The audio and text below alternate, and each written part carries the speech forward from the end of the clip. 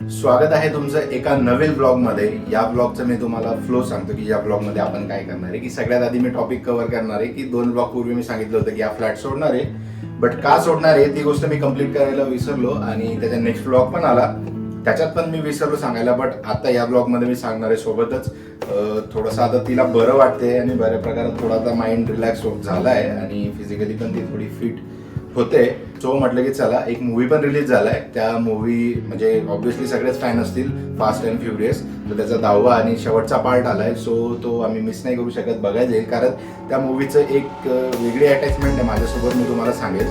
आणि अशा प्रकारे एक डेली रुटीन पण असणार आहे. तर हा एक थोडासा एक नवीन टॉपिक मी ब्लॉगमध्ये ॲड केलाय की ब्लॉगचा जो इंट्रो फ्रेम असेल त्याच्यामध्ये या ब्लॉगमध्ये काय काय असेल विथ डेट विथ टाईम आपण ॲड करत जाऊ. म्हणजे जे तुम्ही बघतायत त्यांना एक प्रॉपर फ्लो मेंटेन राहील. आणि ऑलरेडी जे आपले खूप दिवसांपासून आपले ब्लॉग्स बघताय किंवा आपले सबस्क्रायबर आहेत त्यांना आमची रुटीन माहिती आहे. बट जे नवीन ॲड झाले आणि जे होत आहेत त्यांच्यासाठी थोडंसं अजून समजायला इझी जावं. सो त्याच्यामुळे ही गोष्ट आपण ॲड करतोय.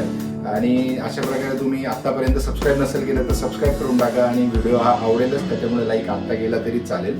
आता कुठलाही टाइमपास न करता मी फ्लॅट का सोडायचा विचार करतोय, नॉट सोडतोय, गैरसमज नका करू. सोडायचा विचार का करतोय ते तुम्हाला दाखवतो. फ्लॅट सोडायचं मेन रिझन म्हणजे ना की मागच्या ना 5-6 दिवसापासून इथं काम सुरू झालं आहे. ही साईट आहे आणि कदाचित ही कन्स्ट्रक्शन साईट बनते, कारण इथं जो पूर्ण प्रोजेक्ट आहे त्यांनी म्हणजे लॉन्च केला होता.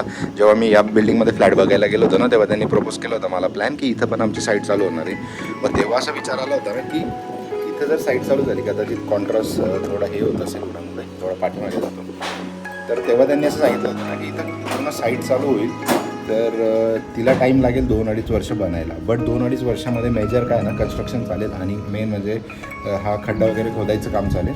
तर ती धूळ आणि तो आवाज तो बिलकुल सहन होत नाही आहे. आता 2 दिवसातच त्यांनी फक्त लेवलिंग करताय, तिकडे JCB चालू आहे. ती माती फक्त ना ते हळूहळू कव्हर करतायत आणि थोडं पाणी सोडतायत म्हणजे खाली मुरायला पाहिजे. म्हणजे त्यांचं 100% ठरलं आहे की इथं साईट चालू होणार. तर आता नाईट शिफ्ट्स असतात आणि आमच्या शिफ्टमध्ये काम असतं, तर बऱ्या प्रकारात आम्ही दिवसा पण घरी असतो. तर त्याच्यामुळे काय होणार आहे ना की झोप होणार नाही आहे. म्हणजे ऑलमोस्ट आता 3-4 दिवसातच काय त्रास झाला आहे ना आम्हाला माहिती आहे. कंटिन्यू ते ड्रिलिंग करायचा आवाज आणि धूळ महत्त्वाचं म्हणजे, कारण हवेचा फ्लो त्या साईडने म्हणजे ही ईस्ट वेस्ट अशी साईड आहे. तर वेस्टकडून ईस्टकडे हवा ना मोस्टली 4-3 नंतर ना खूप हे करते. तर त्याच्यामुळे काय ना सगळी धूळ आणि गॅलरी म्हणजे डेली धुवायला लागते. बेडमध्ये धूळ येते, हॉलमध्ये धूळ येते. तर अशा प्रकारे तो थोडा त्रास होतोय. जर ती फुल फ्लेजमध्ये साईट चालू झाली ना मग आम्ही विचार करू काय असेल नसेल ते ओनरला आम्ही 1 महिन्यापूर्वी थोडं इंटिमेशन देऊन ते आम्ही सोडतोय जे प्रॉपर रूलनुसार तसं सांगू. अजूनपर्यंत फिक्स नाही आहे. मला तिथं जाऊन बिल्डिंगमध्ये कन्फर्म करायचं आहे की ती साईट चालू झाली की नाही झाली.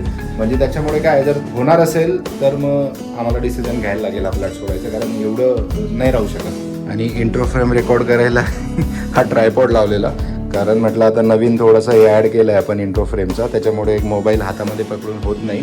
सो ह्या ट्रायपॉडचं आपल्याला नेहमी काम पडेल. त्याच्यामुळे आपण त्याला एक जागेवर फिक्स करू आता, कारण डेली त्याला ओपन करून लावायला एवढी काही इच्छा नाही आहे. आणि फुल एनर्जी दिसतंय आता. 2-3 दिवस झाले, म्हणजे मागचे 7-8 दिवस झाले बिलकुल एनर्जी नव्हती. बट आज अशी वेगळाच उत्साह दिसतोय.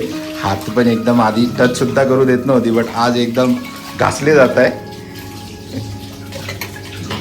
आणि जी की मला बिलकुल आवडत नाही, बट आज वेगळ्या प्रकारात बनवली भेंडी, त्याच्यामुळे आज तर खायला लागेलच. नाही म्हणून चालणार नाही. एवढी नाही आवडत मला भेंडी. भेंडी घ्यायला सांगतो कारण मार्केटमध्ये दुसऱ्या भाज्याच अवेलेबल नसतात. A few moments later. एवढी चिडली आहे कारण केस पुसायला सुद्धा टाइम नाही भेटला, कारण एवढं लेट केलंय. मोजून 20 मिनिटं राहिले शो चालू व्हायला आणि आम्हाला पोहोचायचंय. लुक देते केवळचं. लुक से कुछ नहीं होगा भाई. 2 घंटे पहिले बोला था तुमको कि मूवी को जाना है. पण खूप कमी झालंय पण आता ऑलमोस्ट जर बघायला बाईकवर जाऊ. चल चल चल घे ठीक आहे चल घे घे ना घे.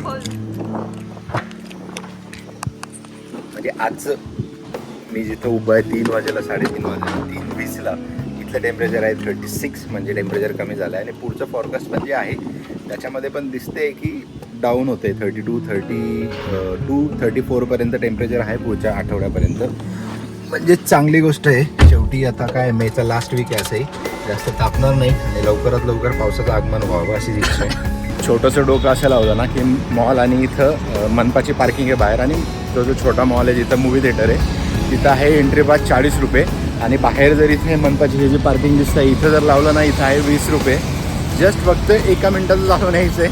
त्याच्यामुळे म्हटलं जाऊ दे, आतमध्ये लावण्यापेक्षा बाहेरच लावू, 20 रुपये वाचतील आणि परत खाली अंडरग्राऊंड जा, 2 पार्किंग गाडी सोडा, या त्याच्यापेक्षा 20 रुपये वाचू. आता 20 रुपयामध्ये 2 वडापाव खाऊ आल्यानंतर ठीक आहे. आणि त्या 20 रुपयांना जर अजून आपण सांभाळून ठेवलं ना तर त्याचे बघ 20 वर्षांनी किती होतील SIV टाकले तर. ठीक आहे, असे डेली 20-20 रुपये वाचू आपण. आता 20 रुपयाची SIP चालू करू. भाई साहब कुछ ज़्यादा नहीं हो गया ये? मतलब कुछ भी. या साईडला चढायला त्या साईडला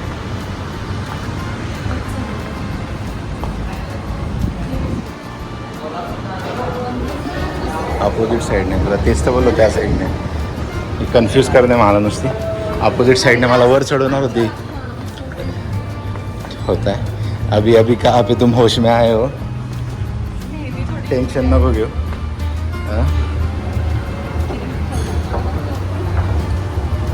हां तर स्वतःचं लगेच दिसलं स्टुपिडिटी, तुझं ते दाखवू नको.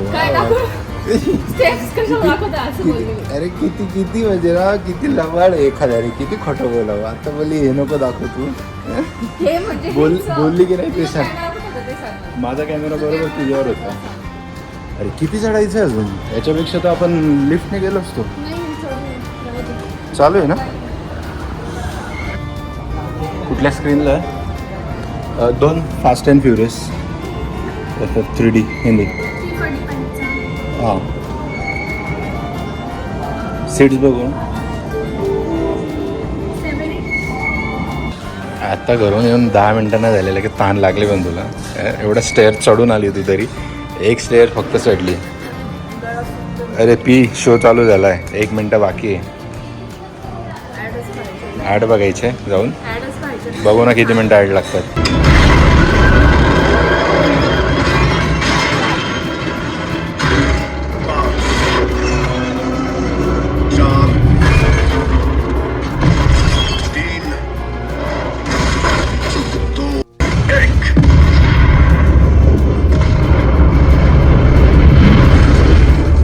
मी म्हटलं होतं ना घरातून जेव्हा एक्सप्लेन करत होतो की फास्ट अँड फ्युरियसची एक वेगळी मेमरीज आहे माझ्यासोबत. तर आयुष्यातला जो पण फर्स्ट हॉलिवूड मूवी बघितला होता, आय थिंक मी हॉस्टेलला होतो आर्मी स्कूलला, आणि तिथं आम्ही कॅसेट देऊन पैसे देऊन कॅसेट विकत घेतली होती. तेव्हा 20 रुपयामध्ये 5 मूवीची DVD यायची, आणि ती DVD आम्ही विकत घेतली होती. त्यात फास्ट अँड फ्युरियस मूवी होता, आणि तो आम्ही आमच्या कॉम्प्युटर लॅबमध्ये मिलिटरी स्कूलला बघितला होता. ते पण चोरून लपून, कारण आमच्याकडे मिलिटरी स्कूलची ती जी कॉम्प्युटर लॅब होती त्याची चावी आम्ही डुप्लिकेट बनवली होती.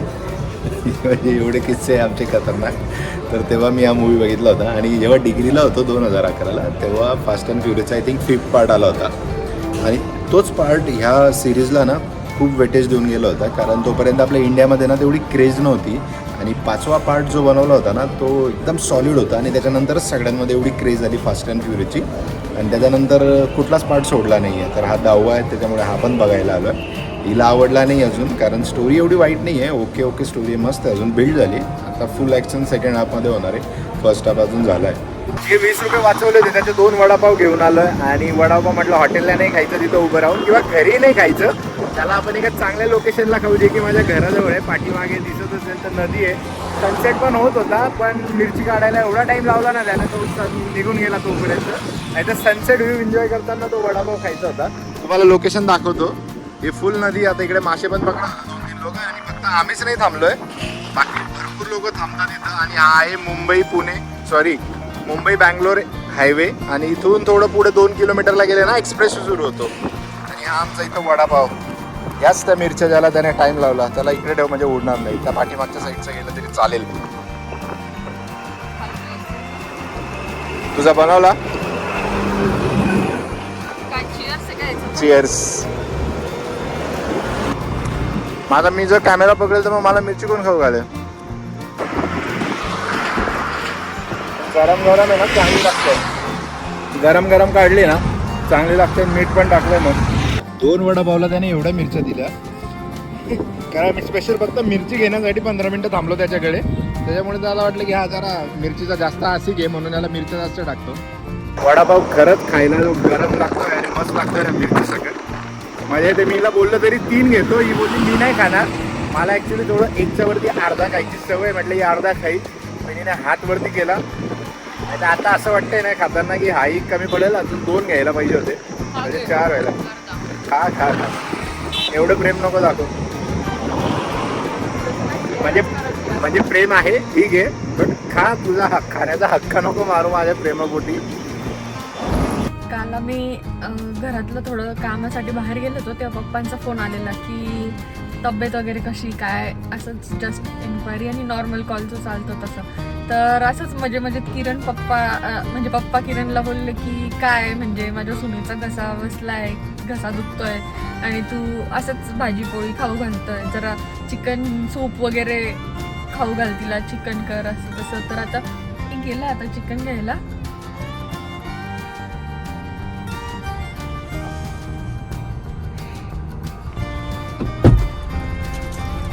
अरे ये ना इकडे. म्हंटल एवढं कधीपासून तू पप्पांचं मनावर घ्यायला लागला? आता बघ, ते खूप कमी बोलतात आणि बोलले तर मग करायला पाहिजे ते. असं बाकी गोष्टी एवढं सिरियसली घे ना. आता एवढीशी छोटीशी गोष्ट एवढी मनावर घेतली, असं मोठ्या मोठ्या गोष्टी मनावर घे. मग तू असं समज की आजपासून सुरू केलं मी त्यांचं बोलणं. बापरे, त्यांना सांगायचं जाईल की जर तुम्ही चिकनची गोष्ट मनात आली ना लगेच कॉल करून सांगत जा. चिकनचं नाही बाकी म्हणते मी. आज माहिती का तुला चिकनची कुठली रेसिपी नॉर्मल वाली नाही, तुला कोणती? स्पेशल टाईपचं चिकन खाऊ घालतो. तू एक्सपेरिमेंट कर माझ्यावर. नाही एक्सपेरिमेंट तुझ्यावर नाही. मी ना आज तुला रेस्टॉरंट स्टाईल चिकन तंदुरीवाला खाऊ घालेल. ठीक आहे, आपल्याकडे तंदुरी नाही आहे, पण तरी तुला तंदुरीवाला फील. तुला सूप सांगितलं होतं किरण, आणि तू हे काय करतोय, मॅरिनेट करून ठेवलंय आणि तू आता तंदुरी सारखं बनवतोय. काय सूप मिळेल मला याच्यातून?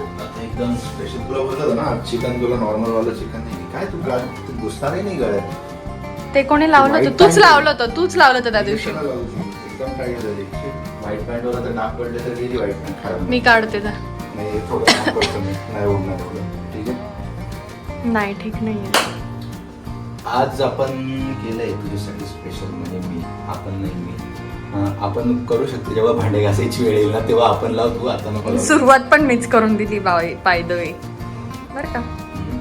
सुरुवात पण मीच केलेली त्याची बाय द काय वे. फक्त चिकन धुतलं लगेच आली मग credit घ्यायला. चिकन धुवायचं काम वा. करतो का तू आता? आज पहिले तरी धुवायचा. अल्लेवटी शानी चल पण. आता बोललो होतो ना तुला घरी तंदुरी याला आपण आता तड.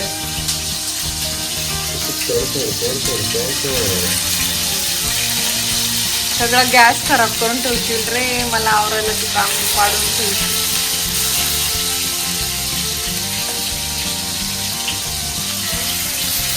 ॲक्च्युली मी आज बनवतोय चिकन तंदुरी मसाला. आणि त्याला मी मॅरिनेट केलं होतं आधी चिकनला 1 तास, आणि मॅरिनेट केल्यावर आता त्याला फ्राय करतोय. म्हणजे आपल्याकडे आता कसं आहे की बार्बिक्यू नाही आहे ना, मग त्याच्यामध्ये तेलामध्ये पॅनमध्ये त्याला दोघं साईडने मीडियम फ्लेमने थोडंसं होऊ देईल. त्याला हलवणार नाही, नाहीतर मग काय होतं ना ती स्टीम बसत नाही दोघं साईडने. जी सॉफ्टनेस आहे ते चिकनमध्ये ज्युसी ती वाली नाही आहे, त्याच्यामुळे त्याला हे नाही करायचं. मसाला आता इकडे करून ठेवलाय ना कुठं आणलं? हा काय आता तेवढा बारीक तर कर तू आता. हा कर मग ठीक. भाजीचा कलर तर चांगला दिसतोय आणि प्लेट पण आता रेडी झालाय. आणि इकडे टेस्ट वाले पण बसले करायला टेस्ट. माझीच तारीफ मी करू असं? हा मग काय झालं, आता चांगलीच होणार, तुला तर माहितीच आहे ना. जबरदस्त. एवढं सगळं मसाले घेतल्यावर आणि एवढे सगळे आयटम्स घेतल्यावर भाजी चांगली. भाजीला डायरेक्ट मी म्हणतो ना तोड नाहीये. तू खाऊ नको, तू फक्त वास घे, पोट भरेल तुझं. बरं चालेल.